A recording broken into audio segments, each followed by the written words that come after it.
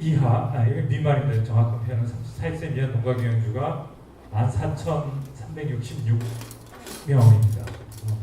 1.3% 수준이고, 이 수준이 얼마나 심각하냐면 지금 전국의 마을이 약 36,000개 마을이 있습니다. 행정리 기준으로 36,000개 정도가 되는데요. 14,000명을 나누면은 한 마을당 한 0.34명 정도 있습니다. 근데 우리가 대부분 농촌이라고 하면 읍지역보다는 면지역이잖아요. 그러니까 면지역으로 해보면은 면지역 마을당 이 빨간 2015년 현재 0.24명.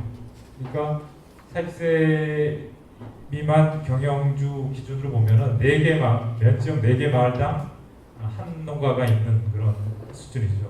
이게 제가 이제 기재부랑 작업을 할 때도 이런 어떤 심각한 상황을 나타내는 대표적인 지표이고요. 그다음에 또 하나는 국제 비교입니다. 국제 비교에서 보통 어떤 나라의 농가의 고령화를 나타내는데 이제 국제적으로 35세 미만 농가 한 농가당 65세 이상 고령 농가 몇 가구가 있느냐.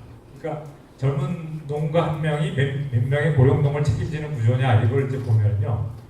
2010년에는 한국은 60.3명이었습니다. 그러니까 천명 한 농가당 60명의 고령 농을 이제 책임지는 그런 구조였는데 2015년에 140명으로 2배 이상이 늘었죠.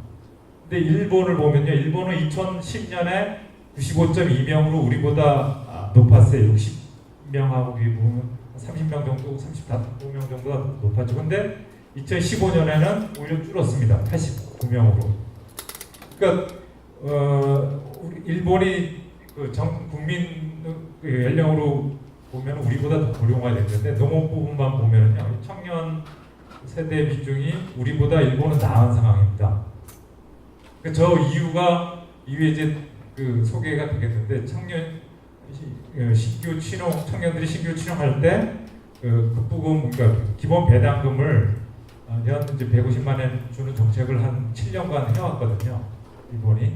그러다 보니까 그런 어떤 정책을 적극적으로 하니까 저런 연령 구조도 변하더라 라는 걸 아주 명확하게 보여주는데, 보시면 마치 유럽은 거의 비교 대상이 아니죠. 왜냐하면 유럽 같은 경우 65세 이상이 되면 대부분 연금을 받기 때문에 농사를 지을 필요가 없습니다. 농사를 지어서 수입이 생기는 것보다 연금을 받는 것이 오히려 낫기 때문에 대부분 제가 이제 유럽 농가를 가봐도 65세 이상 되면은 자식 밑에 들어가서 농장 노동자가 돼갖고 월급을 받는 형태로 그렇게 일을 하거든요. 그러다 보니까 거의 청년 한 명당 노인 한 명 꼴로 이렇게 유지가 되고 있습니다.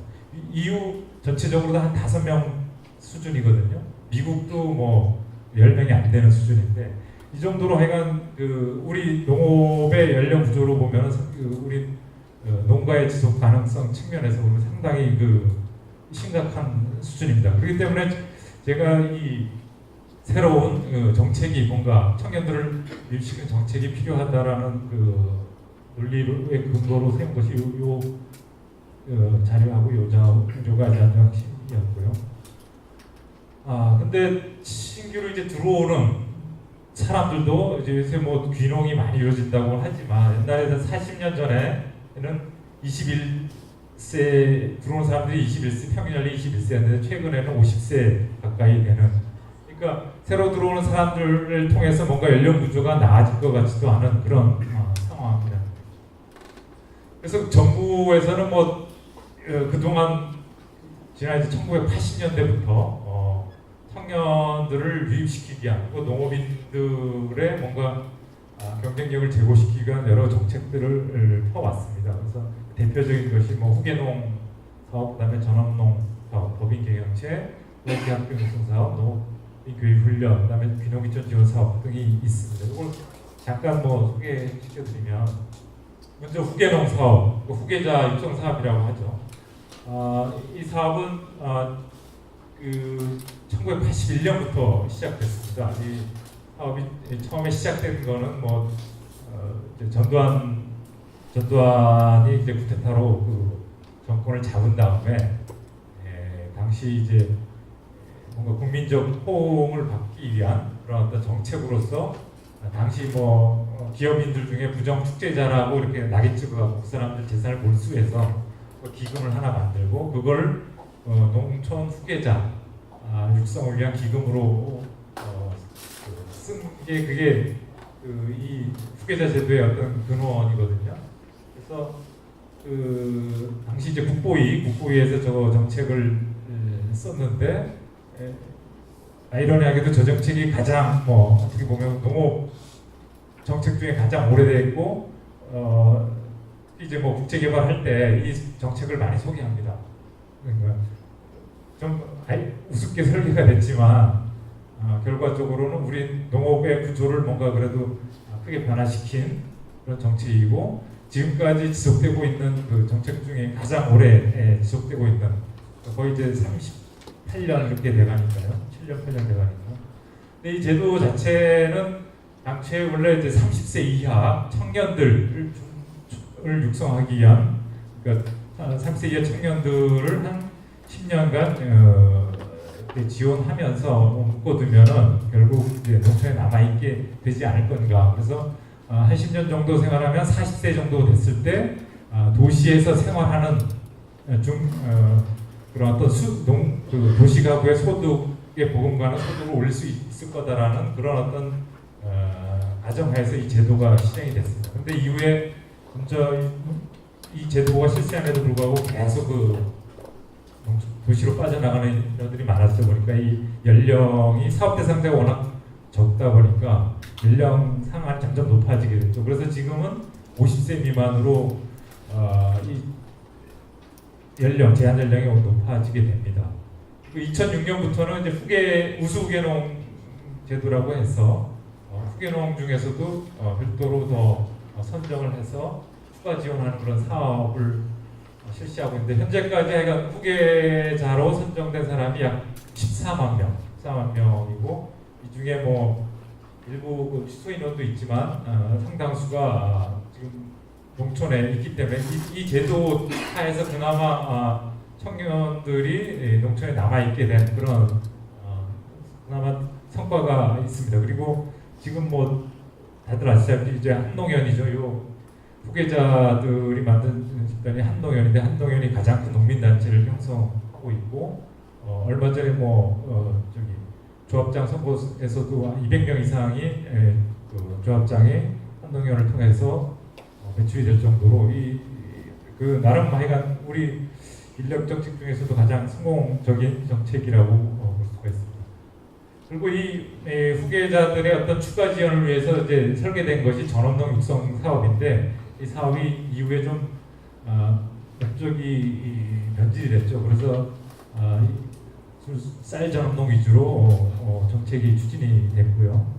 그 밖에도 이제 법인 경영체 육성 사업이라고 92년부터 실시된 뭔가 그 지역 단위의 구조 개선을 위해서 만든 그런 정책인데 지금까지 약 18,000개 이상의 그리고 종사자로는 한 11만이 이렇게 농업법인에 종사를 하고 있습니다.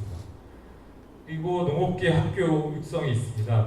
농고농대 여기 이제 보통 농고농대라고 하는데 1972년부터 당초 이제 그 농고하고 지역의 농촌 지도기관이 연계해갖고 농고를 육성하고자 하는 그런 계획이 이미 1970년대에 있었습니다. 근데 지금은 거의 그런 어떤 그 지역의 농업기술센터랑 농대랑 이런 연계가 상당히 느슨하잖아요. 근데 1972년부터 뭔가 저런 어떤 지역의 농업 관련된 기관들을 연계해서 학교를 육성하고자 하는 그런 시도가 있었습니다. 그리고 1980년도에 각 도마다 하나씩 있는 자양농고 정책이 시작되고 93년에는 신농종 5개년에 따라서 자양농고랑 농대를 좀 더 육성하는 그런 정책들이 추진이 됐고 그럼에도 불구하고 이제 농고농대가 워낙 비농업 분야로의 전환이 많이 이루어집니다.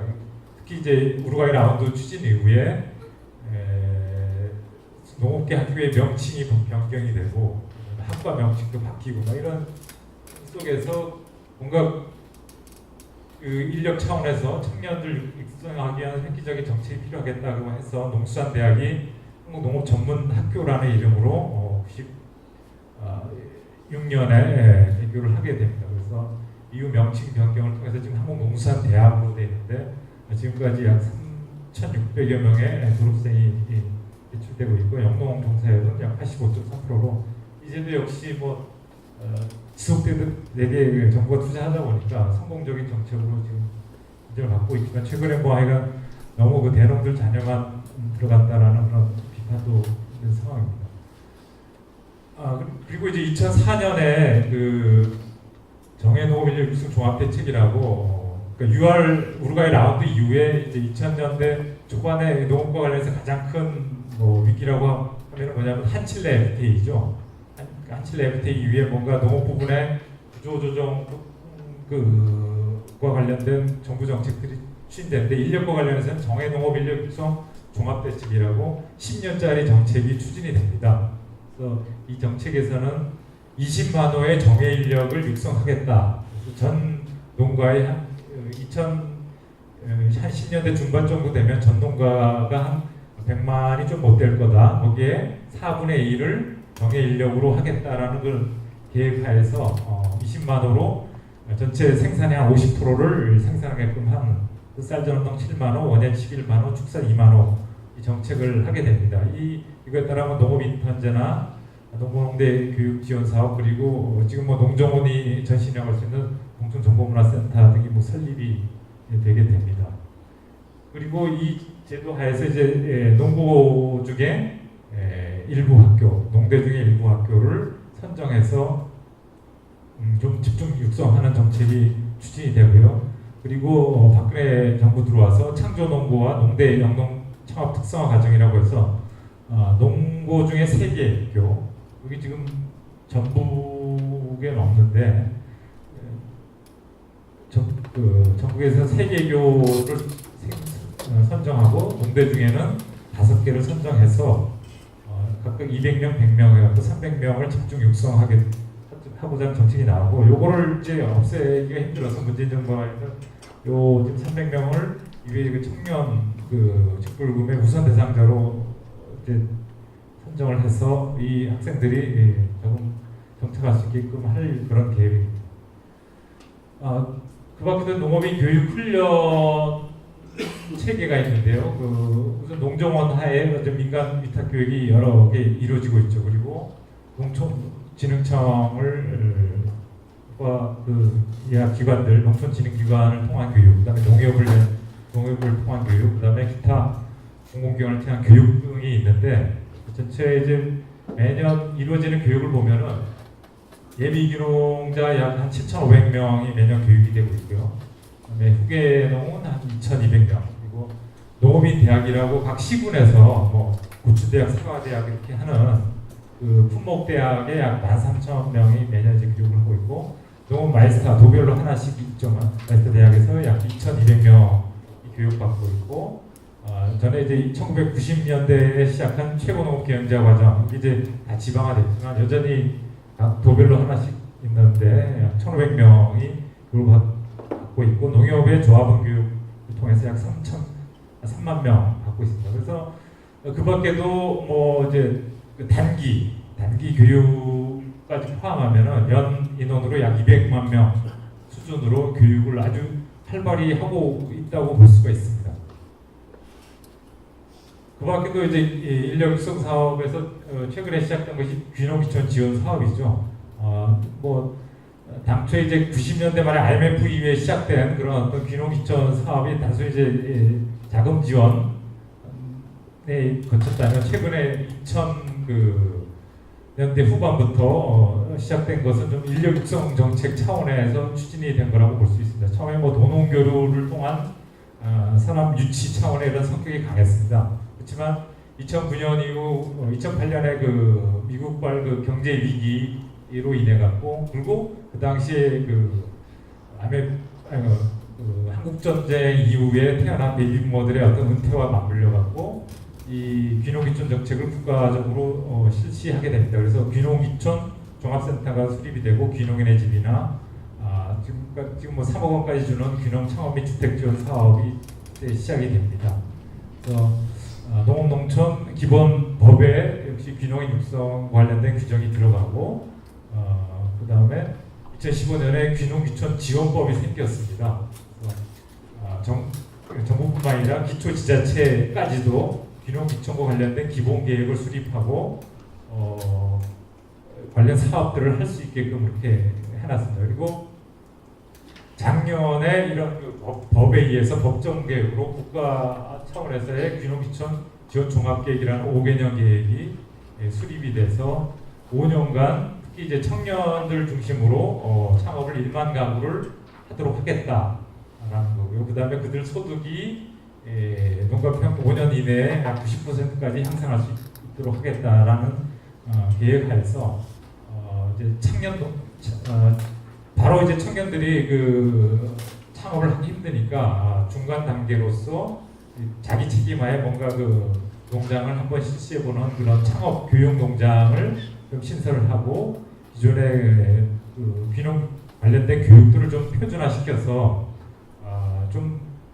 그 교육이 그 교육이 아닐 수 있게 좀 차별화되게 지역별 특성에 맞게 좀 하겠다라는 거. 그리고 시군별로 지금 귀농귀촌 지원센터가 한 70여 개 가까이 있는데 그 지원센터를 좀 더 활성화시키고 거기에 일자리까지 연결하도록 하겠다. 그리고 귀농인의 집이나 이런 것들 중간에 이제 좀 머무를 수 있는 그런 장치들을 좀 더 확대하겠다라는 계획하에서 좀 정책들이 추진되고 있습니다. 그래서 이거 뭐 향후에 5년 동안 어떻게 변화하겠다는 모습이고요. 저희가 이 정책도 청년 귀농에 좀 초점이 맞춰져 있고 이런 그 앞선 정부의 정책을 다 무시할 수는 없기 때문에 이걸 받아서 생겨난 것이 이게 제가 말씀드릴 그 청년 직불금 제도라고 볼 수 있습니다. 그렇지만 이 지금까지의 정책들이 뭐냐면 이제 양적 목표는 어느 정도 이제 달성이 됐다고 그렇게 볼 수가 있습니다. 후계자만 해도 14만, 전업농 뭐 법인경영체가 거의 이제 10만이 가까이 되는데 그렇지만 이들이 그 농업 현장에서 실제로 어떠한 역할을 하고 있느냐는 좀 다른 문제인 것 같습니다. 제가 전에 이제 후계자 제도를 한번 2021년인가 평가를 해보니까 이 지역 주민들의 인식이 그렇게 후계자들에 대해서 그렇게 높은 건 아니더라고요. 그러니까 너무 이제 개인의 부는 그 증대될 수 있지만 지역의 발전과 같이 연계되지 못한다라는 그런 좀 한계가 있고 그렇기 때문에 이 정책이 좀 거시적 인력상을 가지고 가야 되지 않느냐. 장기적 로드맵이 좀 부재한 것도 아닌가. 그래서 개별 경영체 중심의 육성 전략은 좀 한계가 있고 지역 발전과 같이 하는 정책이 돼야 된다라는 거고요. 그다음에 청년농 부족 문제가 여전히 심각하다. 좀 더 획기적인 정책이 필요하다라는 그런 어떤 한계가 있습니다. 그래서 아직은 이게 정부 그 인력 계획에 들어가 있지 않지만 향후 이런 부분이 좀 더 강조가 돼야 되겠다. 그래서 경제적으로 그러니까 이명박 정부 때 농업 정책의 인력 정책의 목표가 뭐냐면 돈 버는 농업인이거든요. 돈 버는 농업인. 그러니까 돈 버는 농업인이 돼봤자 지역엔 그렇게 도움이 되지 않더라는 거예요. 그래서 잘 사는 농업인도 필요하지만 그리고 좀 더 윤리적이고 사회 책임을 다하는 지역과 같이 가는 그런 윤리적 생산자로 필요하겠다. 그리고 물론 이제 개인적으로는 뭐 프로 농업인이 돼야겠고 그래서 그 지역의 지속 가능한 농업에 기여할 수 있는 그런 농업인 상이 좀 더 좀 균형 있는 농업인 상이 설정이 될 필요가 있다라는 거고요. 그다음에 지역 중심에 이제 지난 그 정부까지는 너무 국가가 이제 좀 주도를 했다면 이제는 좀 지역의 자체 특성을 발휘해서 자체 자원들을 활용해갖고 인력을 좀 키워가야겠다.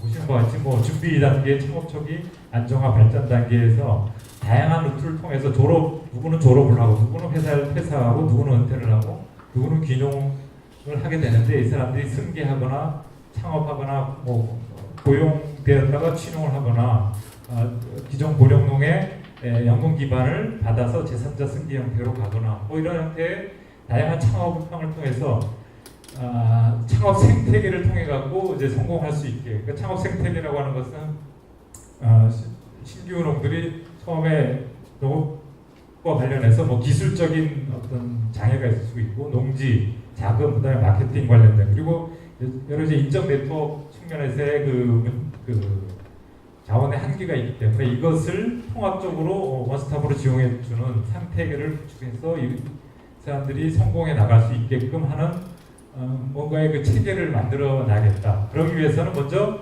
지자체 단위의 인력 육성 계획을 좀 필요하지 않은가. 그래서 전북의 경우 어떤 품목의 그 현재의 그 고령화된 농가의 연령 구조를 어떻게 청년들의 유입을 강화시키게 할 건가라는 그러니까 매년 지금 이 위에 소개될 그 청년 그 직불금이 한 연간 1,500명이 되면 도별로는 한 150명이 됩니다. 150명을 약 10년간 투입이 되면 약 1,500명 그리고 지자체 자체 계획에서 여러 가지 노력이 있다면 한 2,000명 수준의 인력을 어떻게 유입시킬 것이고 그들이 어느 지역에 가서 정착하게 할 것인가에 대한 뭔가 계획이 있어야 될 거고요. 그 다음에 그들을 밀착 지원할 수 있는 전담 조직을 도 단위뿐만 아니라 기초지자체 단위에 어떻게 구축을 할 것이냐.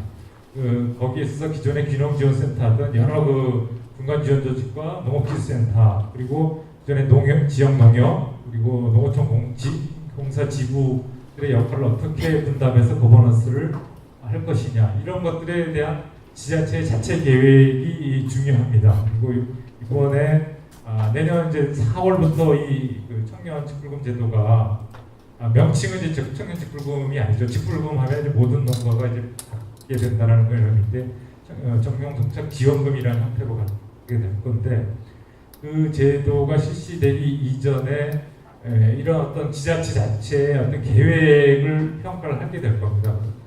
그에 따라서 지자체별로 이제 인력 1,500명을 얼마씩 더 가져갈지가 좀 차등이 될 건데 이런 어떤 자체의 계획을 어떻게 좀 더 많은 자원 자체 지역에 관계된 사람들이 참여를 해서 만드느냐 특히 광역뿐만 아니라 기초 단위의 지자체가 참여를 해서 만들 거냐가 이제 중요하겠고요.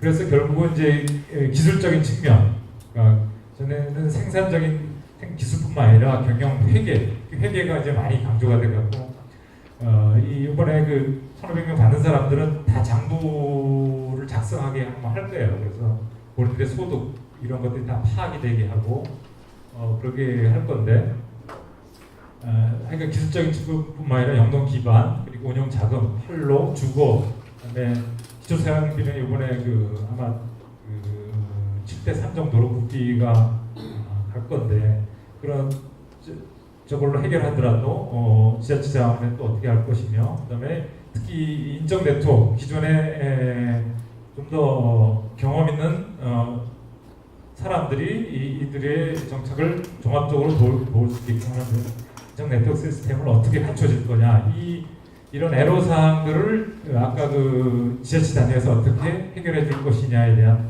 뭔가 초점을 좀 맞춰야 되지 않을까. 그리고 실질적으로 승계를 좀 기존 승계 농가는 고령화된 승계 농가는 좀 자식한테 좀 더 빨리 경영을 이양할 수 하게 하는 승계를 좀 가속하게 하는 그런 형태.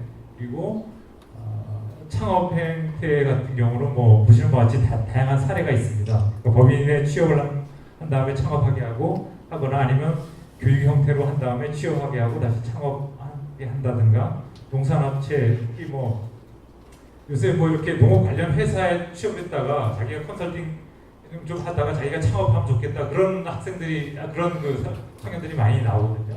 도드라 명동조합 같은 경우는 그 직원들이 처음에 그 조합에 취업을 했다가 농가에 이렇게 나가다 보니까 본인이 해보는 게 낫겠다 하는 그런 형태도 많이 나오는데 저런 형태랄지 마을에 취업하는 형태 그리고 뭐 고흥에 전남에 이제 고흥이 저런 사례가 있는데요. 그 고흥에서 기존 고령농의 그 시설들을 고령농 장기로 임대를 합니다. 지자체가 임대를 한 다음에 그걸 시설 보수를 하고 지역에 들어오는 청년 농업인들한테 임대해주는 그런 제3자 승계, 그러니까 기존 완전 승계는 아니지만 하여간 고령농들의 농지가 청년들한테 좀 많이 활용을 되게끔 하는 그런 사업을 하고 있는데 저거를 고흥이 하는 거를 전남이 바로 광역에서 받아가고 내년부터 좀 더 확대를 하더라고요. 저런 모형이 쓰고 있고, 그다음에 이제 창조농고 3개와 농대 영농 특성화 과정 이제 5개가 있는데, 지금 농대는 그 자체 농장가 있어요. 그래서 졸업생들이 바로 창업하는 것이 아니라 농장에서 좀 자기 책임하에 그 졸업 후에 좀 경영 실습을 하다가 창업하게 하는 학교 창업형 이런 것도 이제 나올 수 있겠고, 그다음에 기반이 없는 친구들은 그 농기계 작업을 대행만 하는 전문으로 할 수도 있겠고, 이런 여러 가지 그 창업 모양을 좀 더 다양화할 필요가 있을 것 같고요. 그다음에 정식 명칭이 청년농업인 영농정착지원금입니다. 당초 그 대선 때는 청년제 직불금 형태로 이렇게 명칭이 됐었는데, 이제 아까 말씀드린 것 같이 청년 직불금 하면은 해당 조건을 갖춘 사람들이 모두 이제 받게 되는 그런 형태이기 때문에 직불금 명칭이 적절하지 않다고 해서 이렇게 이제 명칭이 됐는데요. 이제 사입세미만 경동경 5년 이하가 3년 이하로 이제 수정이 됐습니다. 당초 5년 이하로 설계를 했는데 예산 당국하고의 조절 과정에서 3년 이하로 됐습니다. 그래서 좀 더 청년들한테 무조건 주는 것이 아니라 좀 더 영농 정착에 몰입을 할 수 있게, 대부분의 그 청년농들이 수입 문제 때문에 그 농해 활동을 하게 되는 그런 그 상황이 많습니다. 그래서 좀 더 영농에만 몰입을 하면서 전문성을 쌓아서 좀 더 조기에 경영 정착을 하도록 돕자라는 취지하에서 이 제도가 설계가 됐습니다. 그래서 당초 또 준비 기간 일본이 준비 기간 2년, 그다음에 경영 개시 후에 5년인데 준비 기간을 또 들려고 했더니 준비 기간도 이것도 또 힘들다고 해서 취농은 3년까지만 했습니다. 40세 미만의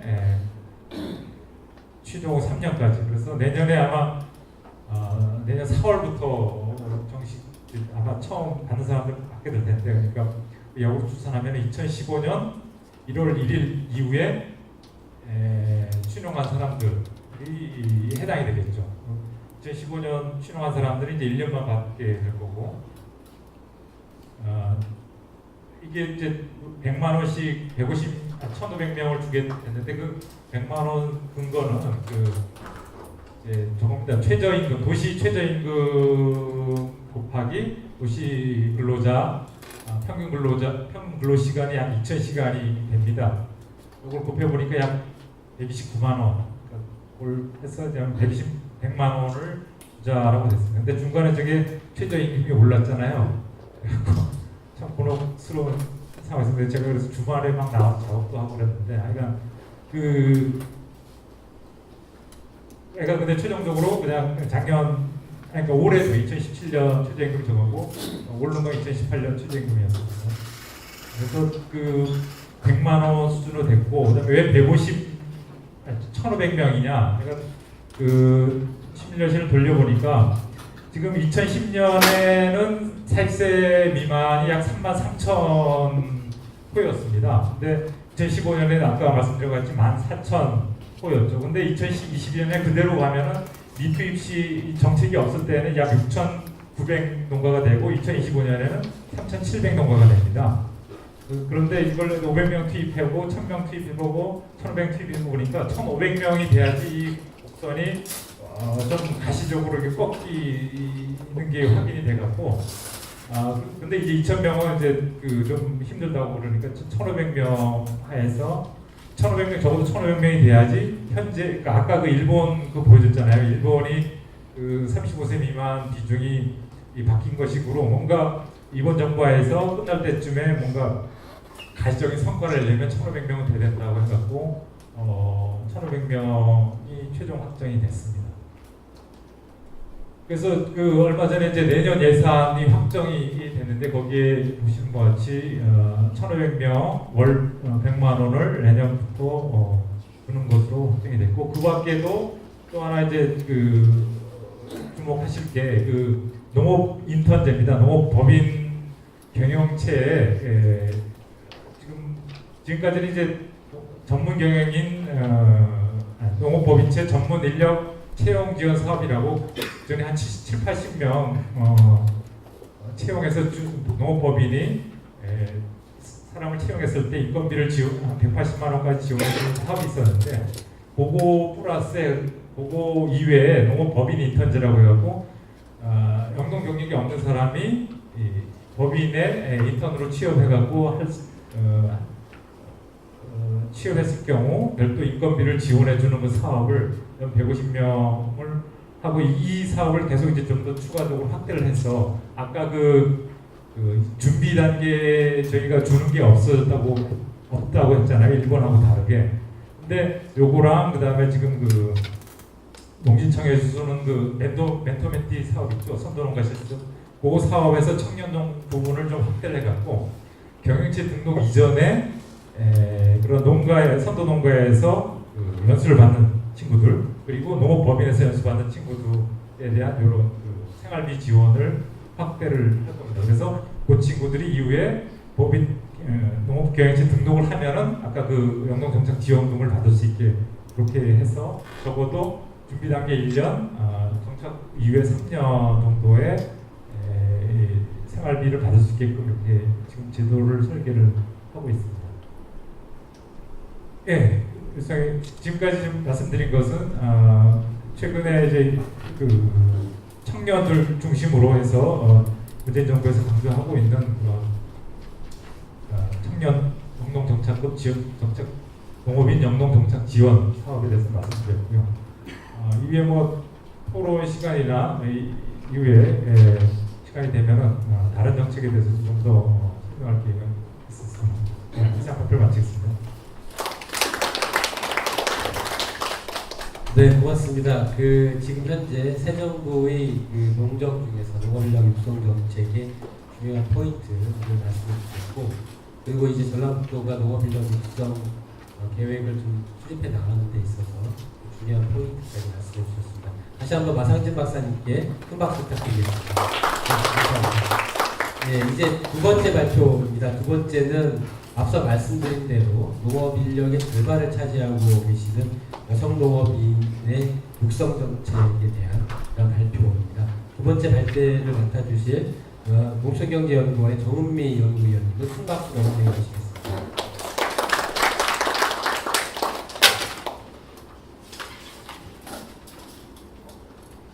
고맙습니다. 이렇게 조촐한 모임이 참 좋습니다. 여성농업센터의 선생님들인데요. 지난 9년 동안 여성농업 정책이 크게 후퇴를 하는 바람에 이 여성농업인 정책을 얘기한 점이 귀농귀촌하면서 사람은 많이 들어온다고 하는데 정작 들어오신 분이 남성 혼자 오시는 분이 많더라고요. 그리고 젊은이들도 어떤 식으로 결혼을 해야 되는데 혼성이 안 들어오면 남성들도 젊은 청년들도 들어왔다가 정착을 못하는 거죠. 아주 심각한 얘기를 말씀드리고자 하는데요. 주제로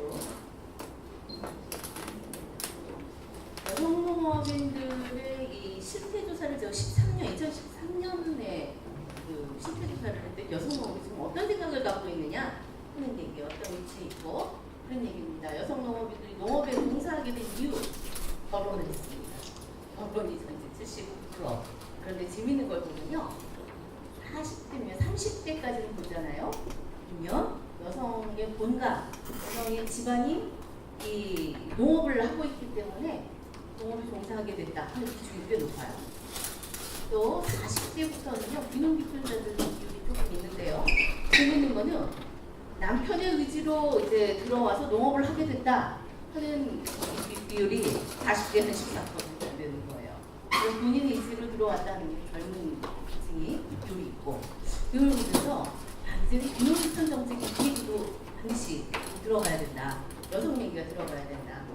이거는 여성 스스로 자기의 직업을 전문직으로 생각하느냐, 전문 경영인으로 생각하느냐 하는 질문이었어요. 연령대별로 연령이 높을수록 전문성이 있다라고 자기가 느끼는 거고, 나이가 연령이 낮을수록 난 그다지 전문적이지 못하다 이렇게 느끼고 있습니다. 연령이 낮을수록 나는 무급의 가족 봉사자다 이런 비율이 있고요.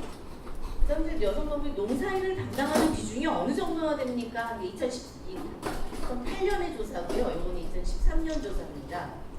그랬더니요, 이게 50% 이상, 이건 70% 이상 되는 비율이거든요. 2013년 되니까 이 비율이 확 늘어나네요. 모든 품목에서 농사일 담당 비중이 높다. 2013년에 50% 이상 담당한다는 비중이 95%가 넘습니다. 그런데 이제 연령이 높고 규모가 적을수록 농가 소득에 대한 여성이 기여도도 높다고 생각하지만 소규모일수록 품목 소량 생산하고 있습니다. 고령 여성 2013년에는 3,000명을 조사한 여성농업인들이요. 경제활동을 이제 직접 농사도 짓지만 또 하나는 농의 소득 올리기 위해서 활동도 많이 합니다. 참여율들 보면 2008년에는 한 13% 참여한다. 이때는 문제가 이제 어떤 거였냐면 자영업, 취업이나 부업 이런 것들을 하고 있습니까? 하는 질문이었고요. 2013년 질문은 판매, 가공 이런 것 다 포함해서 6차 소득사업 포함해서 하고 있느냐 하는 질문이었어요. 그랬더니 참여하고 있다 하는 비율이 한 30% 정도가 됐고요. 참여 비중은 2003년 조사보다 한 2배 정도 높고 월 소득, 농의 소득의 월 평균 규모가 어느 정도 되느냐 봤을 때 65세 미만은 한 62만 원, 66만 원, 또 고령 65세 이상 된 여성 농업인들도요 한 19만 원, 다문화 여성 17만 원 정도 월 소득이 있다라고 생각이 되었습니다. 농의 소득을 왜 그러면 농의 소득을 하려고 하느냐, 농의 소득이 필요하다고 생각하느냐, 왜 의향이 있느냐라고 했을 때 의향이 없는 비율이 물론 높긴 합니다. 연령이 높을수록 없기는 하는데요. 연령이 낮을수록 의향은 높습니다. 근데 주로 단수적인 이유입니다. 추가 소득도 마련하고 생활비도 부족하고 젊을수록 생활비 부족에 대한 응답률이 좀 높고요. 그다음 재능도 활용하고 그다음 사회생활도 하고 싶다 이런 식의 응답이 높은데요. 농의 소득을 그러면은 하는데 애로사항이 뭐냐? 애로사항 없다 하는 하고 싶지 않은 의향이 없는 경우는 필요 없다라고 하는 경우도 있지만 주로 연령이 이제 높고 영농이 클수록 농의소득 의향이 없습니다. 근데 의향이 있는 여성 농업인들의 가장 큰 어려움은 바쁜 거예요. 항상 바빠요. 너무 바빠요. 생산 노동만으로도 바쁘고 가사와 일 병행하느라도 바쁘고 왜 이렇게 친척들 간에 이게 상부사가 많은지 그런 일에 마을 단위 내지는 지역에서 친척 단위 모임들도 많고 있다. 하지만 30, 40대들을 보면요. 기회나 정보가 부족하다 아니면은 능력이 부족하다, 자본이 부족하다 하는 그런 이유들로 뭔가 소득 활동을 하고 싶지만 부족한 것들이 많다. 이런 얘기도 하고요. 또 농업과 사회활동의 인식에 대해서 조사를 했더니 재미있는 현상이 나타납니다. 요거 빨간색이 중심으로 이제 이거는 그런 편이다 하는 건데요. 뭐냐면 새로운 기술이나 농가 소득 또 농업 전문가가 되기를 희망하느냐, 농업인으로서 자부심을 느끼고 있느냐라고 2003년에 비해서요 대단히 많이 높아졌습니다. 농업인으로서 자부심 높아졌고요. 또 전문가로서 희망하는 비율도 50% 이상이고요. 새로운 기술과 정보에 대해서도 관심 있다 하는 비중이 50% 이상입니다. 그런데 이제 지역사회 참여 활동 희망도 50대가 가장 크더라 하는 걸 봤어요. 50대가 55% 이상 정도 됐고요. 근데 재미있는 거는 지역사회에서 남녀 차별당한 경험이 있다. 58%, 59%, 한 60% 내외고요. 재미있는 거, 이 차별들 정도가 어떤 형태로 나타나냐면요. 일을 해도 가사는 여성이 담당해야 한다. 이렇게 생각하는 비중이 벌써 60% 이상이고요. 또 조직활동 하는 것, 이런 것은 주로 남편에게 전가한다. 이것도 60% 이상 나듭니다. 아직 농촌 사회가 여성들이 활동하기에 편한 그런 조직은 아니다. 아직 농촌 사회는 감정적인 그런 모습들이 많이 남아있는, 그래서 여성이 사회활동하기는 불편한 그런 상황이다. 지역사회 가입 현황도 보면 꽤 많습니다만 장목반이나 영농조합의 가입률은 좀 낮습니다. 13%에 불과하다. 주로 40대, 50대 분들이 주로 가입됩니다. 이 여성들이 어떤 현상이 있는 실태조사 결과였고요. 이제 역할 변화에 대해서 좀 들어봅니다. 여성들이 역할이 변화합니다. 경제 성장이 되면서 여성들이요 스스로 이제 경제적 자립이 가능하니까 그 부분이 오히려 이제 크게 사회 전반적인 현상으로 나타나고요.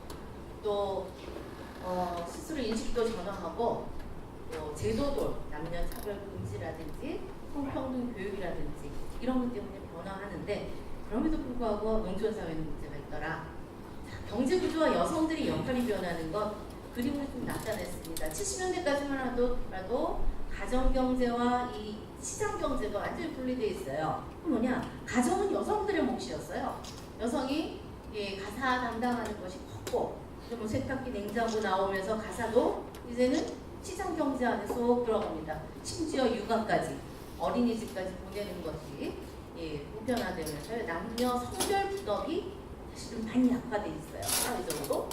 그런데 이제 농촌에서도 가족 관계에서 이 수평 관계가 수평 관계로 많이 변하고 있죠. 완전히 변한 건 아니지만 수평 관계로 변하고 있는 것처럼 농업의 관계, 가족농 제도에서 농업의 관계에서도 총괄을 하는 올해 생산을 무엇으로 하고 품목을 무엇으로 정할까 하는 그런 일들을 주로 남성이 정하는 일이었고 남성이 생산을 주도하는 일이었는데 이제 점점 농업도 생산만이 아니라 판매 어떻게 잘하느냐에 따라서 소득이 달라지더라. 그렇기 때문에 판매를 주로 여성들이 담당을 하고 있고요. 또 농산 가공도 하고 있고요. 또 상품화 어떻게 하면 포장지도 예쁘게 만들어서 팔 것인가 여성들이 하고 있더라는 얘기입니다. 분업 체계로 많이 바뀌고 있다. 그러면서 여성이 이제 단순한 이런 관계에서는 단순히 가족 종사자였지만 급료도 없었습니다. 그렇지만 이제는 경영주로 전환을 하고 있는 그런 모습을 볼 수 있다. 여기에는 이제 농업 환경의 변화도 크다. 과거에 농업 그러면 농산물 생산만 얘기했지만 이제는 가공과 2차 산업, 3차 산업 농업의 범위에 포함되고요. 그러면서 농가 성별 분업은 크게 가사와 육아라는 부분이 작아지면서 전체 남성도 여성도 소득 창출이라는 부분이 커졌다. 그것에서는 이 농가 경영체를 유지하기 위한 이런 측면도 있지만 한편으로는 이 소득 창출이 지역의 자원들을 어떻게 상품화하는 이런 일들이거든요. 지역 공동체 유산을 계승하는 일도 큰 그 과제로서 스스로 느끼고 있고 그것을 상품화하는 과정 속에서 여성들 스스로 이 육체산업에 참여하는 역할이 나타난다. 자, 여성 농업인 역할 변화를 크게 보았습니다. 농업 환경 변화에 따라서 농업 문제도 지금 크게 변하고 있다라는 것이 나타난 거예요. 요거는 농업 인구입니다. 우리 앞에서 마성진 박사가 2015년에 농업 인구가 지금 5.7% 얘기를 했죠. 65세 이상을 제외를 한다면 농업 인구는 한 2-3%, 2.5% 내외일 겁니다. 그럼 거의 선진국의 농업 인구랑 같은 추세예요. 자, 과연 농업 문제라는 것은 뭐냐라는 거죠. 90년대까지만 하더라도 농업 문제는 농업 생산이었습니다. 근데 90년대 이후는 저는 바뀌었다고 봐요. 90년대 이후 나타난 정책들이요. 친환경 농업 정책이었어요. 우리나라 기존의 농업 정책은 대부분 일본 것을 그대로 다 비켜왔습니다. 그대로 따왔어요. 근데 친환경 농업 정책은 일본이 우리한테 배워갑니다. 문제중 정책이 나온 거죠. 왜 친환경 농업 정책이 나왔을까? 라고 물으면 이제 시장 개방으로 인해서 식품 안전에 대한 의식들, 안전성 불안에 대한 의식들이 강해지면서 안전성 중시하는 소비로 바뀝니다. 이 소비자들이 원하는 농산물, 친환경 농산물이에요. 친환경 농업 육성 정책이 나오고요. 그 다음 이제 이 소비자의 변화가 또 달라지죠. 농업 농촌에 대한 수요가 다양해지고 다변화합니다. 가장 큰 특징 중에 하나가 2000년대 이후에는요. 여성 농업들이 장류 사업에 많이 뛰어들었어요. 근데 장류라는 것이 뭐냐? 과거에 아파트 생활하지 않았을 땐 처음부터 집집마다 다 장독대가 있었거든요. 네. 2000년대 이후에 보니까 아파트 생활하는 사람들이 급속하게 늘어난 겁니다.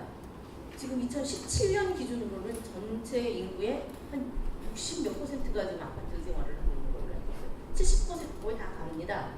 결국 뭐냐? 장독이 없어지고 나니까 고유의 맛을 느낄 수 있는 된장, 고추장 이게 그 당시만 해도 어떻게 친정어머니, 뭐 시어머니 해가지고 부탁해서 먹었습니다. 점점 지나면서 분들도 다 돌아가셔요. 농가에서 직접 구입한 대표였습니다. 또 하나는 체험들 농장들이었습니다. 그 저는 뭐냐, 아이들에게 살면서 어렸을 때 그 모습들을, 농촌 문화의 모습들을 한번 가르쳐주고 싶다는 거죠. 본인들이 지금 한 40대, 50대 되는 그런 어른들은 어렸을 때 다 경험했던 건데 요즘 애들은 경험을 못하더라. 어떻게 하면 그 경험해 줄 수 있게 할 거냐 하는 부분이에요. 이 수요들이 결국 농업 6차 산업을 만든 그 원동력이었다고 봅니다. 자, 또 변합니다.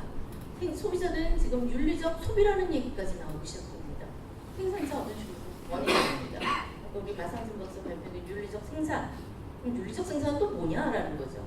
윤리적 소비라는 것은 뭐 가격이 좀 비싸더라도 뭐 노동력을 착취하지 않거나 정당한 값을 주거나 뭐 이런 식의 얘기가 이제 들어간다면 그럼 윤리적 생산이라는 건 뭐여야 되느냐? 그런 논의가 필요한 단계입니다. 아직 없습니다. 그래서 저는 하고 싶은 얘기는 이제 농업을 주도하는, 농업 물질을 주도하는 것은 생산 쪽이 아니라 이미 소비자 쪽으로 좀 아니라 이 소비의 패턴, 이 소비자들이 원하는 내용들을 어떻게 빨리 생산에 반영하느냐에 따라서 농업의 성패가 좀 달라질 것이다. 보고요. 2000년 이후에 여성 농업인에게 주목하는 이유가 있습니다. 여성들이 70, 90년대까지만 해도요, 경영 인력까지는 얘기가 됐어요. 노동력 부족 때문입니다. 그래서 여성 노동력을 대신 채워주고 또 농촌사회 고령화, 가서화가 되면서 일할 사람 없다. 일손의 개념으로 생각했다면 90년대부터는 대폭적으로 이농, 살롱을 하다 보니 식량자급률, 경영체의 위기까지 들어오는 겁니다. 경영할 사람이 없고 경영을 하더라도 제대로 경영해야지 제대로 경영을 못했을 때는 이제 규모가 큰 농가일수록 위험부담은 점점 늘어나고 있습니다. 경영 인력체, 이젠 경영 인력조차도 부족하다. 그래서 90년대였다면 2000년대 들어와서는 먹거리 불안에 대해서 농업 6차 산업의 주체, 저는 여성이라고 보고요. 또 윤리적 소비에 대한 대응할 윤리적 생산의 주체, 여성입니다. 그 내용은 여성이 농업과의 공통점이 있더라. 생명을 낳고 기르고 보살피고. 근데 이 내용들이 생명을 낳고 기르고 보살피고 이것이 농업 생산할 때는 여성이 크게 강점이 없었는데요. 이게 2차 산업, 이게 가공을 한다든지 판매를 하고 또 체험 농장을 한다든지 할 때 이런 여성의 속성들이 소비자들을 응대하는 데 있어서 중요한 서비스가 되더라는 얘기입니다. 여성이 남성보다 훨씬 더 잘합니다. 예, 산업화 시기의 경제 성장 제일주의였습니다. 이제 이게 정리화가고 있죠. 세계 금융 위기로 인해서 우리나라도 이제 경제 저성장기입니다. 그래서 생산성과 경쟁력이 중시되지 않고 이제는 이것보다는 상생과 공생이 가치로 더 중요시되는 그런 시기가 도래했습니다. 저는 여성 농업인에게는 기회다.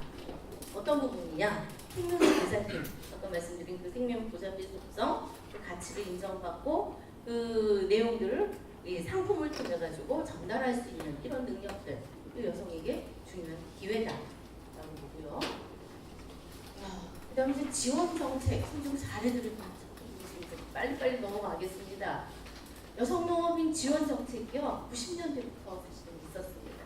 근데 이런 얘기를 하면 그 여성 농업인 지원이 90년대부터 있어도 그 전부터 다 있었다라고 얘기하십니다. 농식품부에서는 여성 농업인 정책이 필요합니다라고 얘기를 하면 농식품부에서 그럽니다. 우리는 여성이라고 특별히 참여하지 않습니다. 여성 누구나 다 이 사업들 다 신청할 수 있어요. 근데 그 사업을 신청하는 여성들이 없어요라고 얘기합니다. 특히 이제 광역단위, 기초 시군단위 농정과에 가면은 주로 그런 말씀을 많이 하십니다.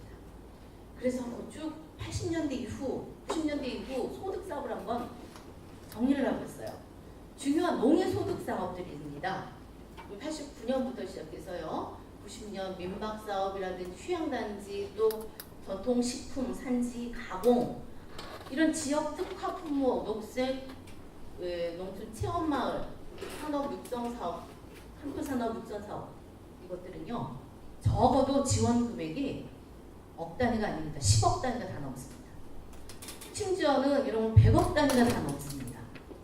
이런 큰 사업들은요, 사실 누가 중심적으로 했느냐? 남성들 중심적으로 한 거예요. 근데 이 사업들, 저는 이제 가본 게 93년에 이 산지 가공 사업이라든지 농산물 가공 사업 육성 사업 해가지고 지원해서 농협에다가 가공 공장 만들어준 데를 몇 군데 조사를 했어요. 하더니요, 먼지만 소복이 쌓였더라고요. 왜? 1년에 가동하는 게 20일, 한 달이 채 못 되는 가공 공장들이 태반이었습니다. 아주 큰 규모로 지원을 해주고요. 공장도 멋있어요. 근데 먼지만 가득 쌓여요. 대부분이 다 그렇습니다. 왜 그랬을까요, 근데? 이걸 잘 모르겠더라고요. 자, 반면에 여성들에게 대한 지원이 농촌진흥청을 중심으로 1990년부터 있었습니다. 시범 사업이었어요. 1년에 많으면 한 5, 60개, 적으면 한 10개밖에 안 되는, 한 도에서 하나밖에 없는 그런 시범 사업이었습니다. 근데 2003년까지, 90년대 해가지고요. 2003년까지 한 500개 정도가 넘고요. 그 이후에 2006년부터 2016년까지도 계속 진행되어 왔습니다. 2006년부터 9년까지는 농촌 여성 창업이라는 표현까지 쓰면서 왔고요. 2010년부터는 말이 바뀝니다. 왜 여성만 해주냐, 창업을. 그래서 이 여성 따로 하지 않고 남녀 모두 다 신청할 수 있게 됐습니다. 창의적 손맛 사업 해가지고 지원을 했어요. 자, 올해는 끊겼습니다. 17년에 끊겼어요. 자, 제가 만나본 분들은요, 주로 이제 이 일감각기 사업, 지원 사업 받은 분들을 중심으로 만났는데, 자, 이분들은 얼마나 지원받았습니까 했더니 90년대, 94년, 5년 300만 원, 500만 원 지원받았어요. 아주 소규모였습니다. 재밌는 것은 그분들이 살아남아 있어요. 제가 2012년, 13년 조사를 했더니 그분들이 작게나마 남아있더라는 얘기입니다. 명맥이 끊기지 않고 사업자가 바뀌지 않고 남아있는 사업들은 전 여성에게 지원해준 이 사례들에서 봤어요. 그 유형별 특징을 한 4가지로 나누어가지고 정리한 거고요. 자료에 있습니다. 공통점이 뭐였느냐? 다양한 한 40명의 그 여성 CEO들을 만났는데요. 이분들은 공통점이 있었습니다. 가족 경영이었어요. 부부끼리 한다든지 부부와 자녀들이 전부 다 들어가 있어요. 지금 마지막에 썼지만 자녀들이 경영 후계자로 전부 다 있었습니다. 자녀들이 후계자로 없는 그 CEO를 한 명 만났는데요. 이분은 사업체를 빨리 다른 사람한테 팔고 나갈 사람이더라고요. 안 돼서 나가는 게 아니라 잘 돼서 나갈 사람이에요. 그 높은 가격에 팔고 나가겠다 이런 얘기하는 사람이고, 그 이후에는 전부 다 자녀들이 다 같이 있었다. 또한 두 번째는요, 소비자하고 직거래가 많았더라. 그리고 지속적인 교류를 합니다. 주로 SNS를 많이 활용하고요. 또 전화 주문이나 이런 것에서도 항상 소식지, 작은 농가 개인 단위인데도 소식지를 발행한다거나 이 알림을 준다든지 푸시메일을 보낸다든지 이 지속적인 교류가 당연히 있고요. 또 하나는 창업 전에는요, 체계적인 준비를 했더라. 대단히 중요한 사례였습니다. 그리고 외부의 지원은 최소화했습니다. 농촌진흥청의 이제 지원 사업을 최근에는 액수가 많아야 1억입니다. 1억을 지원받았다 하더라도 투자한 내용을 보면 한 4, 5억이 넘더라고요. 4, 5배가 더 넘습니다. 지원을 자기 돈을 투자를 해서라도 이 사업이 필요하다고 했기 때문에 지원을 받은 거다. 이런 얘기가 있고, 외부 자원은 최소화한다. 이 웬만하면 지원받지 않으려고 한다. 그 이유는 너무 까다롭고 복잡하더라는 얘기가 있습니다. 자, 농식품부 여성농업인 육성 정책이 있습니다. 2000년대에는요, 95년 이후에 98년에 여성 농식품부 내에요, 여성 정책 담당관 실도 있었고, 2004년에는 여성농업인 정책과도 있었습니다. 근데 2008년부터 이명박 정권 들어와가지고요, 과에서 팀으로 축소가 됐고, 지금은 농촌복지 여성과 내의 팀으로 존재하고 있습니다. 자, 전담부서가 이렇게 크게 바뀌다 보니 지자체, 광역지자체, 시군 단위에서도 사실 시큰둥합니다. 그 예산을, 여성농업인 전체 예산을 봤더니요, 2016년에요, 제가 읽을 수가 없었어요. 100만 원인데, 단위가 100만 원인데 1조가 넘는 겁니다. 1,500억 원을 지금 여성농업인 육성정책에 쓰고 있다. 이렇게 얘기를 하더라고요. 그래서 어머, 실제로 그러면 여성 농업인에게 얼마나 혜택이 되길래 그랬을까 살펴봤습니다. 그랬더니 다문화 정책, 뭐 다른 과에서 하는 정책들 다 모아가지고 여성 농업인 정책이라고 하더라고요. 올해는 17년에는요, 예, 3,500억이 넘습니다. 여성 농업인 이 정책 예산이요. 그래서 야, 대단하다라고 했는데 실질적으로 알고 보면 우리 고창의 여성 농업인 센터 한 개 여성 농업인 센터 예산 지원이 어느 정도 됩니까? 1년에?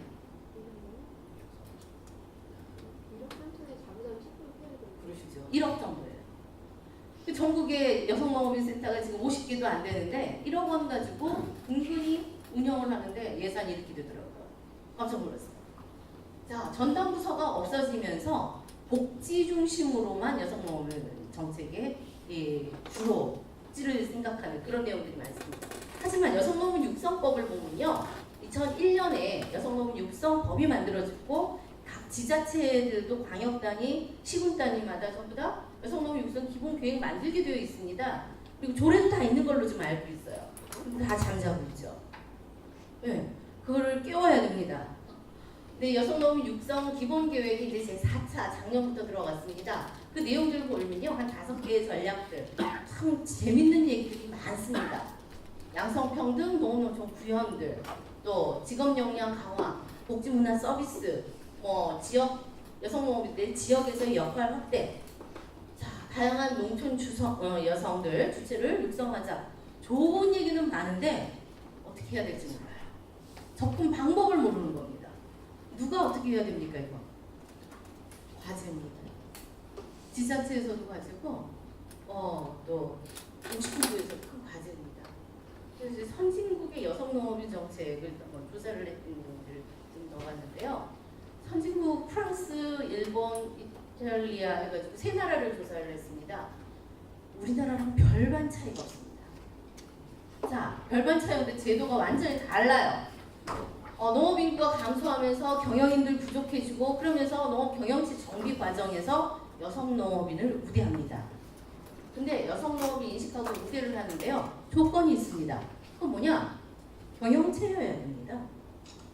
자, 여성도 남성과 동등한 경영인인데 그때 경영체에 사회적 책무를 다할 때 이 여성 농업인에게 지위를 준다는 얘기입니다. 무슨 얘기냐?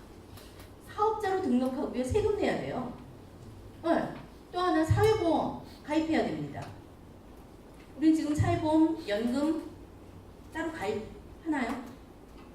반은 농식품부에서 받고 있죠. 지원받고 있습니다. 네. 그리고 65세 이상인 여성 농업인은 사실 은퇴 연금을 주기 때문에 농업인의 숫자에 포함이 사실 되지 않습니다. 그래서 농업인이라는 인적 조건 이외에 경영체로서 물적 조건 갖고 있어야 된다. 자, 우리나라 여기서 못하는 부분이더라고요. 우리나라의農産물 생산, 유통하는 사람들 세금 내나요? 세금 내십니까? 네, 선진국은 세금 신고한 후에 다시 환급을 받습니다. 면세예요. 같은 면세인데 이 과정 하나가 없음으로 인해서 경영체로서 제대로 인정을 받지 못하고, 또 하나는 여성 농업인 스스로도 내가 과연 이 사회적으로 이 지위를 인정받는가 항상 이게 헷갈려하고 있습니다. 자, 여기 있었는데 일본은요 80년대 이 경영체 등록 시행하면서 여성이 뭐 했냐면 세금 계산하는 것, 이 세무서에다 신고하는 것을 주로 이제 농가 여성들이 가계부 정리하듯이 정리해가지고 제출을 합니다. 그러니까 수입과 지출이 있어야지 제출을 하는 거예요. 그 수입은 통장에 들어오는 거 간단한데 지출은 어떻게 하느냐? 농협에서 뭐 자재 산 거 이런 거 전부 다 첨부를 해야 되는 겁니다. 지출한 내용. 자, 그런 걸 전부 다 첨부하고 수입도 전부 다 장부에 정리하면서 여성농업인 회계를 담당하면서 처음으로 여성농업인이 알았답니다. 우리 집에 이렇게 소득이 나는 거를 처음 알았답니다. 그러면서 여성농업이 경영주의 의식이 싹트고요. 일본에서는 이 경영주의 의식이 높아지는 여성농업인을 대상으로 해서 가족경영 협약을 맺습니다. 가족경영 협약은 뭐냐? 일주일에 한 번은 뭐 휴일을 준다든지, 또 근무 시간 내지는 월급을 얼마 책정을 한다든지 이런 걸 전부 다 하는 것이 가족경영 협약이에요. 경영주입니다. 이제 경영주면 수입이 있어야 되는 건데 사실 우리나라 농가 대부분 이 분리를 안 하고 남편 통장 하나를 쓴다든지 이러거든요. 그러면 남편 통장에 들어있는 거 남편이 그러죠. 이거 당신 전부 다 당신 거야 라고 얘기를 해줍니다. 그래서 그 통장, 남편 통장의 이 번호를 가지고 계좌 이체도 하고 그래서 남편 통장의 계좌 번호는 알고 있는데 여성 스스로의 통장, 여성 본인의 통장의 계좌 번호를 못 외우는 분이 많아요. 한 번도 써보면서. 그래서 돈만 빼 쓰는 거죠. 자, 일본 사회에서는 그러면서 사회적으로 남녀 차별이 존재하는 나라라서 아직도 존재하는 거랑 비슷합니다. 그런 나라에서 경영주 의식 높아지는 데 있어서는 세금이 중요한 역할을 했고요. 프랑스나 이탈리아 이쪽에서는 이런 거 보면요. 여성 경영인이, 여성이 농업인이 71만 명. 이건 2010년 자료입니다. 이거는 우리나라 이제 건강보험 같은 그런 그 통계인데요. 경영주가, 여성 경영주가 17% 정도. 그다음 이 배우자, 남편이 농업인이고 그 배우자가 한 20%. 임금 노동자, 단순하게 임금 노동자가 54.5% 여성이 사회적 지위가 이렇습니다. 그럼 뭐냐? 이 중에 그럼 각각의 그 직급에 맞는, 각각의 지위에 맞는 대우를 사회가 해준다는 얘기입니다. 이거는 보장도 해주고 임금 노동자에 대한 다른 이제 사회보험도 지원도 있습니다. 이런 부분이 이런 이 각각의 지위에 따른 자기 사회적 책무를 다했을 때 준다. 그럼 이탈리아 같은 경우에 대가족 농기업이 주로 많은데 거기에서 역할 분담을 하면서 직접 임금도 받고 사회보험도 가입해 있습니다. 결국 뭐냐? 선진국 사례를 보더라도 결국 사회적 지위가 높아져야 한다는 얘기는 사회적으로 책무를 다했을 때다. 사실 우리의 농업인 문제, 일반적인 농업 문제는 이 농업에 참여하지 않는 다른 일반인이 보기에는 농업은 참 때를 많이 쓰는 것 같아요. 약자, 사회적 약자라는 얘기를 많이 하는데 과연 그런가? 근데 또 신문 기사에 보면 억대 분홍들 얘기도 나오고 그럼 과연 국민의 세금으로 언제까지 농업은 계속 지원을 해야 되는 그런 대상인가? 라는 생각을 하게 됩니다. 자, 농업인의 사회적 책무라는 부분도 이제는 고려를 해야 됩니다. 여성 스스로도 이 부분에 대해서 스스로 이제 가정인 경영인처럼 농가의 경영에 대해서 좀 참여를 하고 알고 참여를 하면서 사회적 지위가 높아지는 것이 그냥 주어지는 것은 아니다 하는 것을 알았고요. 네, 여성농업인 정책과제 말씀드립니다. 농업소득 양극화되고 있습니다. 그러니까 이제 전업농, 후계농 이제 우리 마 박사가 좀 얘기를 해줬는데요. 경쟁력 있는 농업인들이 숫자를 2015년 농업 총조사를 좀 분석을 해야 되는데 저는 30% 미만이라고 봐요. 엄밀하게 얘기하면 사실 20% 미만일 수도 있어요. 뭐냐? 이분들은 경쟁력 있는 전문 경영입니다. 대량 생산, 대량 유통 체계에 있으신 분이에요. 물론 이분들은 숫자는 20% 미만일는지 모르지만 생산하는 농산물은 70% 이상이라고 보고 있습니다. 반면에 소규모 복합 경영 이런 분들은 사실 숫자적으로는 80%, 70% 훨씬 이상이 될 거다. 재밌는 거는요. 전업농, 후계농 자금 지원받아서 90년대에 크게 하신 분들이 2010년대에 들어갔더니요. 후계자가 있는 경우에는 그 경영을 그대로 유지합니다. 그런데요. 후계자가 없는 경우 규모를 다 줄입니다. 자, 과연 이것이 그냥 시계열상으로 이제 인식을 해야지 어느 한 시점만 보고 전업농 육성 정책, 후계농 육성 정책 이것이 성공이라고 얘기할 수 있는가? 저는 아니라고. 네. 과연 무엇을 위한 이 육성 정책이어야 되느냐 하는 거죠. 그러니까 인력 육성에서도 그걸 좀 이제 목사한테 좀 말씀을 좀 드리고 싶은데 인력 육성에서도 시기현상에 이런 얘기까지 전부 다 포함해야지 제대로 된 인력 육성 정책이 나오지 않을까. 자, 또 하나는요. 농업 기술이 발전한다 하면서 문제가 생기는 게 이제 안전성에 대한 문제인 거예요. 제가 직접 촬영한 겁니다. 여름 딸기, 대관령의 여름 딸기. 2, 3일에 한 번씩 약합니다. 일본에 수출하는 건데 비싼 놈이 없으라고 환풍기 틀어놓고 하는데요. 바로 앞에 이건 본인의 하우스였습니다.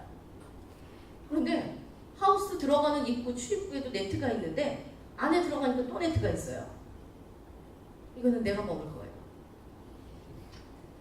이게 농업생산이들 아닌 얘기죠. 그런데 이거를 이제 농업 기술이 발전한다 하는 얘기는 계절성을 초월하고 지역을 다 초월합니다. 그래서 가장 비쌀 때 내가 출하를 하겠다 하는 의도인데 뭐가 들어가느냐 결국 다투임 농법이라는 거죠. 이 농약, 화학 비료 안 쓰면 안 된다는 얘기입니다. 자, 반면에 내가 먹을 건 이런 식으로 하더라. 이것도 이제 이렇게 생산하는 거를 이제 소비자들도 알고 있습니다. 그리고 올해 문제도 터졌죠. 사충제, 계란. 그래서 먹거리 안전성 관련해가지고 이제 소비자들이 크게 달라질 것이다. 물론 이제 90년대부터 좀 달라져 왔습니다. 그게 뭐였냐면 유기농업운동, 생협운동, 지금 나는 로컬푸드운동. 저는 맥락은 다 똑같다고 보는데요. 이윤 추구 농업이 결국 인간의 생명을 위협하는 단계까지 왔다. 이러한 농업 체계는 사실 그만둬야 되지 않느냐. 근데 한꺼번에 그만두기는 어렵겠죠. 조금 바꿔야 가야겠죠. 누가 어떻게 바꿀 것이냐 하는 부분입니다. 네. 저는 그래서 여성들이 중심으로 대량 생산, 대량 유통 생산이라는 측면은 여성들이 크게 접근하기가 어려운 부분이에요. 농기계 사용하는 것도 그렇고 또 그렇게 크게 큰 농가일수록 여성 농업이나 하는 얘기가 그럽니다. 일만 부자지 돈은 부자가 아니라는 얘기예요. 경영적으로도 그렇게 크게 이윤이 남지 않더라는 것도 여성 스스로 알고 있는데요. 이제 여성 농업인들이 적합한 그런 쪽으로 가야 된다. 이게 뭐냐? 저는 2차 산업이라고 보는 거예요. 여성 농업인들이 이제 지위도 높아지고 당면한 현실 과제는 경제적 자립입니다. 경제적으로 예를 들어 꾸러미 활동을 하시는 언니 텃밭, 이 꾸러미 활동 중에 어떤 공동체 갔더니 60대, 70대 할머니들 많으신데요. 그 할머니들 아주 자신만만하셔요. 한 달에 얼마를 소득을 올리기를 그렇게 자신만만하냐 물어봤더니 한 달에 50만 원 버는데 그렇게 자신만만한 거예요. 50만 원 버는데 공동 선별상까지 할아버지가 물건을 다 갖다 줍니다. 자녀들이 토요일, 일요일마다 내려와가지고 텃밭 가꾸는 거 도와줍니다. 할머니의 자신감이 높아지는, 자존감이 높아지는 건 결국 현금에서 나오더라 하는 얘기입니다. 그런데 여성 스스로 이제 대안을 찾아야 됩니다. 어떻게 경제적 자립을 할 것이냐. 근데 창업만이 전부 다 대안은 아니거든요. 자, 기존의 여성 농업인 정책들이 제도와 이런 제도에 관한 얘기였다면 이제는 실질적으로 여성 농업이 필요한 정책들을 만들어내야 된다. 그 정책이 어디서 나와야 되느냐? 사실 농식품부는 예산 지원하면 끝납니다. 지역에서 해야 돼요. 광역 단위, 시골 단위에서 해야 되는 겁니다. 그럼 어떤 식으로 해야 될 거냐? 근데 시골 단위에서 한 번도 해본 적이 없는 거예요. 여성을 대상으로 사업을 해본 적이 없습니다. 예. 참여하고 싶고 여성들은 스스로 요구도 많아지고 참여 의향도 높아지지만 지역에서 담보할 조직도 없고요. 사업 방향도 없습니다. 중요한 거는 앞에서 말하던 농가 맛집이라든지 여성 일감 농촌 여성 일감 갖기 사업이라든지 전부 다 개별 지원을 했습니다. 같이 모여서 하는데 협력 사업들의 지원은 아직까지 없었어요. 그런 모습들 협력 문화가 지역 협력 문화가 사실 없습니다. 반면에 이제 농업 농촌의 유무형의 자원을 상품화하는 6차 산업의 가능성은 점점 커지고 있습니다.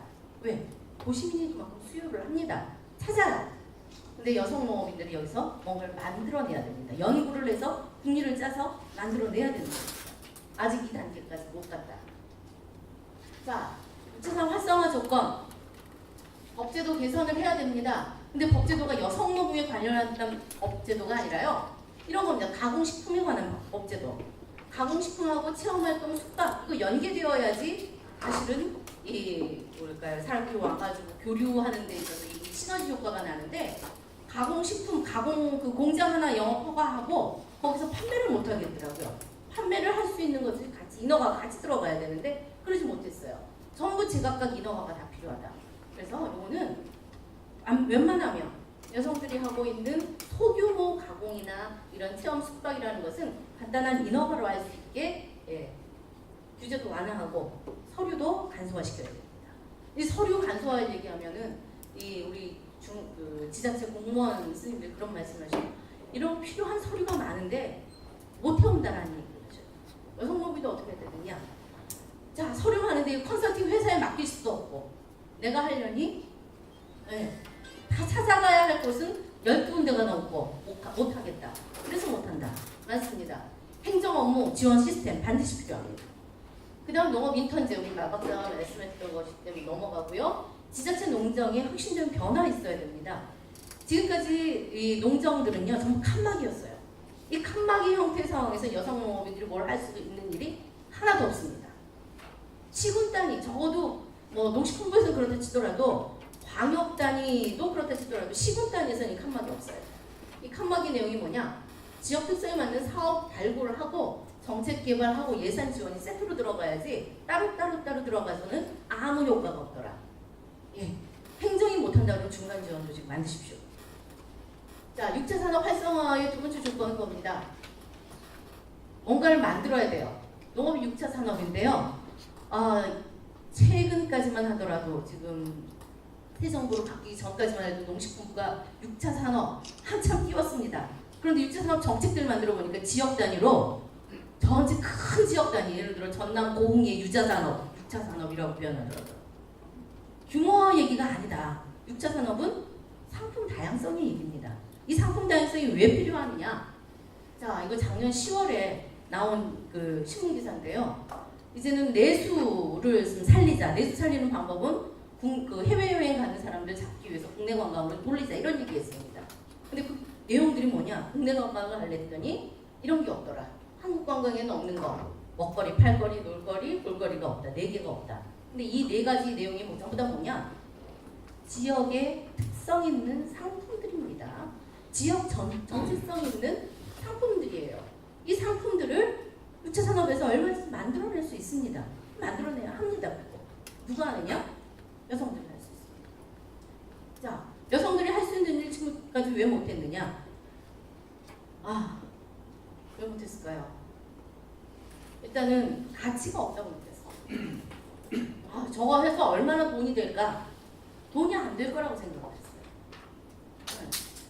그래서 차라리 뭐 CJ라든지 어딘가요? 큰 음식 기업, 대기업 이것은 멋지고 디자인도 멋진데 우리 동네 누가 만든 그 된장 디자인도 뭐 형편없고 몇 개나 팔리겠어. 1년에 많이 팔아야 된장 1kg짜리 한 100개 팔면 많이 팔리나 이러면서 무시했던 겁니다.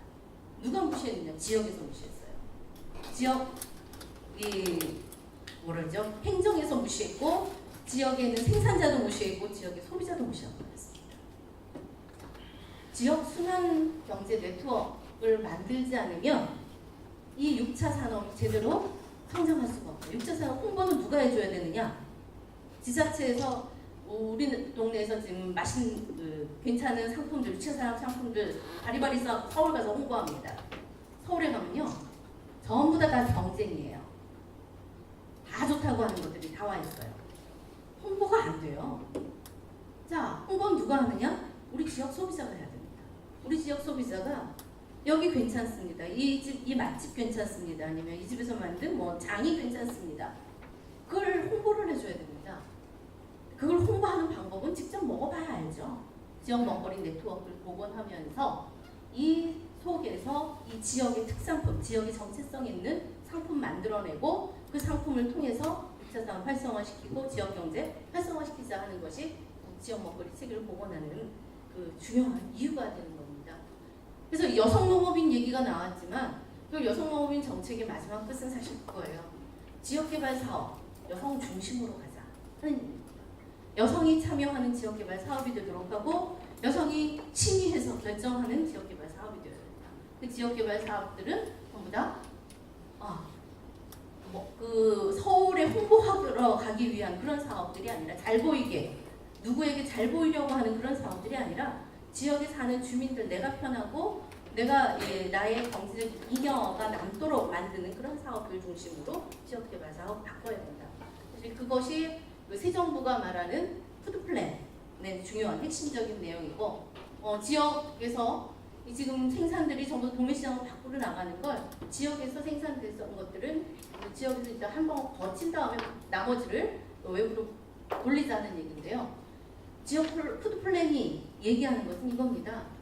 국가 단위 개별 정책들이 지역에 내려주고 칸막이가 있는 형태로 진행하려가는 지역개발 사업이든지 먹거리든지 전부 다 분절형이고 연계성을 가지 못한다. 연계성 갖게 만들자. 이거는 지역의 생산부터 소비에 참여하는 각 주체들이 자기 먹거리 관련한 자기 결정권들을 서서 내놓고 주의주장 하셔야 되는 겁니다. 요구도 내놓고 또 나의 요구가 부딪힐 때는 뭐 협의도 하고 이런 과정을 거치면서 이 지역 단위 선순환 경제를 만드는 것이 푸드플랜이고 이 지역 단위 푸드플랜에서 핵심은 뭐보다 핵심 주체는 여성이에요. 여성이 생산과 소비에 각각의 관여를 하셔야 되는 겁니다. 이제 그 관여하는 과정에서 이 내용들을 지역 단위로 특색 있는 상품을 중심으로 지역의 정체성 있는 지역 특색 있는 농정 내지는 농업정책 살기 좋은 농촌이 되는 거죠. 결국은 그렇다고 생각합니다. 이 사람이 들어오는 농촌, 청년이 돌아오는 농촌 만들기 위해서는 여성이 먼저 들어와야 됩니다. 여성이 살기 좋은 곳이 돼야 되고 여성이 살기 좋은 곳은 일자리가 있어야 되고 소득이 있어야 되고 보람도 느끼고 이 내용들이 전부 다 같이 연계가 돼야 되지 어느 한두 개만 돼서는 안 된다. 뭐 정착자금 돈 주면 된다. 그거는 단기적인 생각이라고 봅니다. 돈 주는 것보다 사실 이런 식으로 지역개발 사업에 직접 참여해서 저희가 뭔가를 할 수 있는 자기의 능력을 발휘해 볼 수 있는 장을 만들어주는 것이 우선이어야 되지 않을까라는 생각을 하면서 마치겠습니다. 네, 고맙습니다. 여성농업인 육성 정책의 큰 방향과 지역 단위 실천 전략에 대해서 말씀해 주신 걸 공유할 수가 있겠습니다. 다시 한번 정은빈 박사님께 큰 박수 부탁드리겠습니다. 자, 이제 두 편의 발표를 마쳤습니다. 잠시 쉬셨다가 종합 토론을 진행할 텐데요. 그 이전에 앞서서 우리 위원장님 말씀도 있었지만 다른 일정도 마치시고 우리 농업정책과 보호농업정책과의 심평 과장님 좀 뒤늦게 왔습니다. 큰 환영의 박수 부탁드리겠습니다. 세계 잼버리데이 부활의 행사에서 좀 드렸습니다. 죄송합니다. 네, 고맙습니다. 지금 시각이 3시 47분입니다. 앞서서 조금 시간들을 좀 타이트하게 좀 진행을 해서요. 한 10분 정도 쉬셨다가 4시에 시작하시는 걸로 이렇게 하겠습니다.